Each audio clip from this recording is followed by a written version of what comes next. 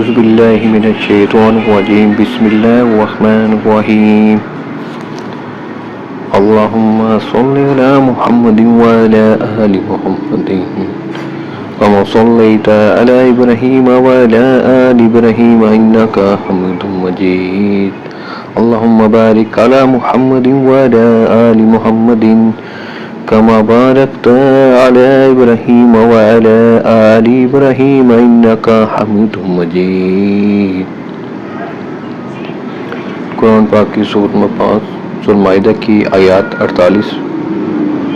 میں ارشاد پاک ہے، تلاوت۔ وَأَنزَلْنَا إِلَيْكَ الْكِتَابَ بِالْحَقِّ مُصَدِّقًا لِمَا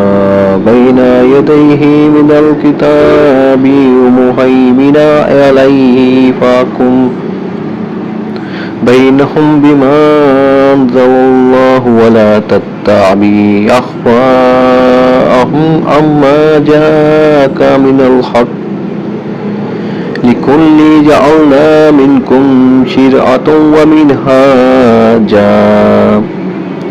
وَلَوْ شَاءَ اللَّهُ لَجَعَلَكُمْ أُمَّةً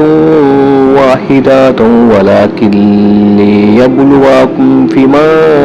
آتَاكُمْ فَاسْتَبِقُوا الْخَيْرَاتِ إِلَى اللَّهِ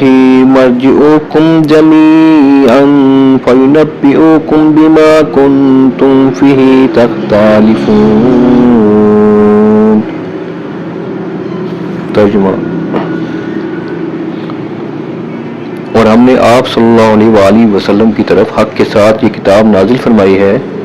جو اپنے سے اگلی کتابوں کی تصدیق کرنے والی ہے اور ان کی محافظ ہے۔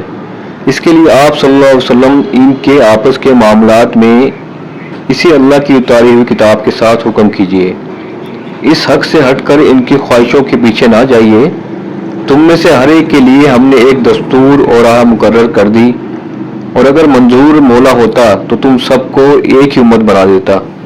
لیکن اس کی چاہت ہے کہ وہ تمہیں دیا ہے، اس میں تمہیں آزمائے۔ تم نیکیوں کی طرف جلدی کرو، تم سب کا رجوع اللہ ہی کی طرف ہے، پھر وہ تمہیں ہر وہ چیز بتا دے گا جس میں تم اختلاف کرتے رہتے تھے۔ تفسیر ہے، یہاں ایک اہم عقیدے کی طرف اشارہ فرمایا گیا ہے، اگرچہ اس مضمون کو یوں بھی ادا کیا جا سکتا تھا کہ پچھلی کتابوں میں سے جو کچھ اپنی اصلی اور صحیح صورت پر باقی ہے قرآن اس کی تصدیق کرتا ہے، لیکن اللہ تعالیٰ نے پچھلی کتابوں کے بجائے الکتاب کا لفظ استعمال فرمایا۔ اس سے یہ راز منکشف ہوتا ہے کہ قرآن اور تمام وہ کتابیں جو مختلف زمانوں اور مختلف زبانوں میں اللہ تعالیٰ کی طرف سے نازل ہوئی، سب کی سب فی الحاصل ایک ہی کتاب ہے، ایک ہی ان کا مصنف ہے، ایک ہی ان کا مدعا اور مقصد ہے، ایک ہی ان کی تعلیم ہے اور ایک ہی علم ہے جو ان کے ذریعے سے نو انسانی کو عطا کیا گیا۔ فرق اگر ہے تو عبارت کا، جو ایک ہی مقصد کے لیے مختلف مخاطبوں کے لحاظ سے مختلف طریقوں سے اختیار کی گئی۔ بس حقیقت صرف اتنی ہی نہیں کہ یہ کتابیں ایک دوسرے کے مخالف نہیں، معید ہیں، تردید کرنے والی نہیں، تصدیق کرنے والی ہیں،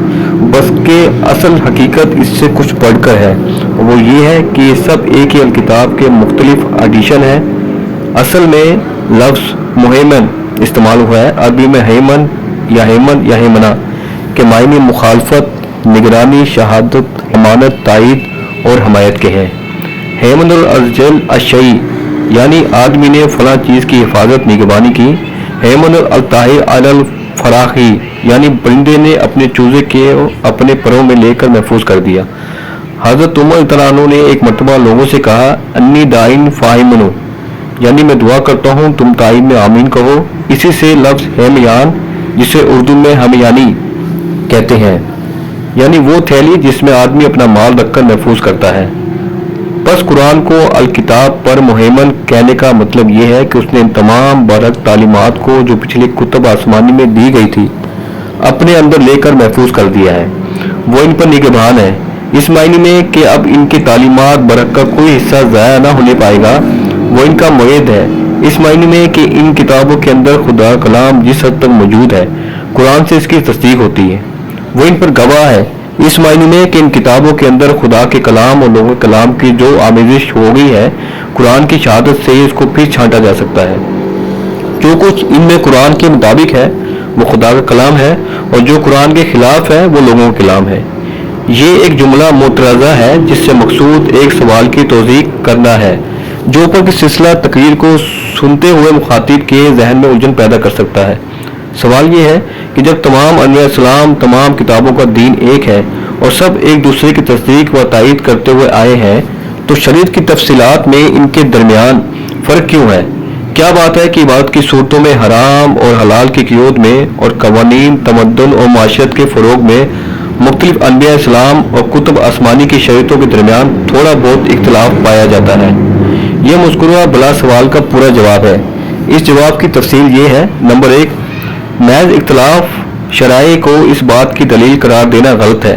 کہ یہ شریعتیں مختلف ماخذ سے ماخوذ اور مختلف سرچشموں سے نکلی ہوئی ہے۔ دراصل وہ اللہ تعالیٰ ہی ہے جس نے مختلف قوموں کے لیے مختلف زمانوں اور مختلف حالات میں مختلف ضابطے مقرر فرمائے۔ نمبر 2، بلا شبہ یہ ممکن ہے کہ شروع ہی سے تمام انسانوں کے لیے ایک ضابطہ مقرر کر کے سب کو ایک امت بنا دیا جاتا،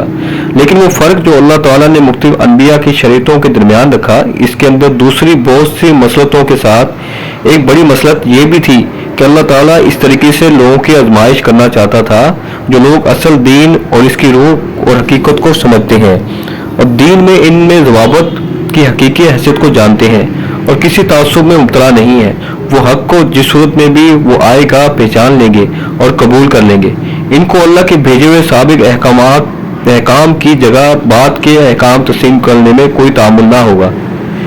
جس کی صورت میں وہ آئے گا پہچان لیں گے اور قبول کر لیں گے۔ ان کو اللہ کے بھیجے ہوئے سابق احکام کی جگہ بعد کے احکام تسلیم کرنے میں کوئی تعامل نہ ہوگا، باخلاف اس کے جو لوگ روح دین سے بیگانے ہیں، ضوابط اور ان کی تفصیلات کو اصل دین سمجھ بیٹھے ہیں، اور جو انہوں خدا کی طرف سے آئی ہوئی چیزوں پر خود کو حاشیہ چڑھا کر ان پر جمود اور تعصب اختیار کر لیا ہے، وہ ہر اس ہدایت کو رد کرتے چلے جائیں گے جو بعد میں خدا کی طرف سے آئے۔ ان دونوں قسم کے آدمیوں کو ممیز کرنے کے لیے آزمائش ضروری تھی، اس لیے اللہ تعالیٰ نے شرائع میں اختلاف رکھا۔ نمبر 3، تمام شرائع اصل مقصود نیکیوں اور بھلائیوں کو پانا ہے، اور وہ اسی طرح حاصل ہو سکتی ہے کہ جس وقت جو حکم خدا ہوا اس کی پیروی کی جائے۔ لہذا جو لوگ اصل مقصد پر نگاہ رکھتے ہیں ان کے لیے شرائع کے اختلافات اور مناہج کے فروغ پر جھگڑا کرنے کے بجائے صحیح طرز عمل یہ ہے کہ مقصد کی طرف اس راہ سے پیش قدمی کریں جس کو اللہ تعالیٰ کی منظوری حاصل ہو۔ نمبر 4، جو اختلافات انسانوں نے اپنے جمود، تعصب، حد درمی اور ذہن کی ایج سے خود پیدا کر لیے ہیں، ان کا آخری فیصلہ نہ مجلس ناظرہ میں ہو سکتا ہے نہ میدان جنگ میں۔ آخری فیصلہ اللہ تعالیٰ خود کرے گا جبکہ حقیقت بے نقاب کر دی جائے گی اور لوگوں پر منکشف ہو جائے گا کہ جن جھگڑوں میں وہ عمریں کھپا کر دنیا سے آئے ہیں ان کی تہ میں حق کا جوڑ کتنا تھا اور باطل کے حاشیے کی قدر کتنی تھی۔ دوستو، اس آیات میں اس ترجمے میں بتایا گیا، اللہ تعالیٰ نے بتایا ہے کہ قرآن شریف جو ہے، جتنی کتابیں قرآن شریف سے پہلے جو آئی ہیں قرآن شریف نے ان کو اپنے اندر محفوظ کر لیا ہے۔ جو بھی جھوٹ لوگ باندھتے ہیں، یہودی جو اپنی طرف سے عبارتیں بناتے رہے ہیں قوانین کی، انجیل میں، تورات میں جنہوں نے چینجنگ کی ہے، قرآن شریف نے ان کے جھوٹ کو ختم کر دیا آگے اور حقیقت کو واضح کر دیا ہے کہ اصل میں حقیقت کیا ہے۔ تو اللہ تعالیٰ سے دعا ہے جو ترجمہ و تفسیر پڑھی ہے اس کو سمجھنے، اس پر عمل کرنے کی توفیق عطا فرمائے۔ اللہ تعالیٰ ہم قرآن شریف کو ترجمے سے پڑھنے، سمجھنے، اس پر عمل کرنے اور اسے دوستوں کو پہنچانے کی توفیق عطا فرمائے۔ جزاک اللہ۔ پلیز سب کرائے۔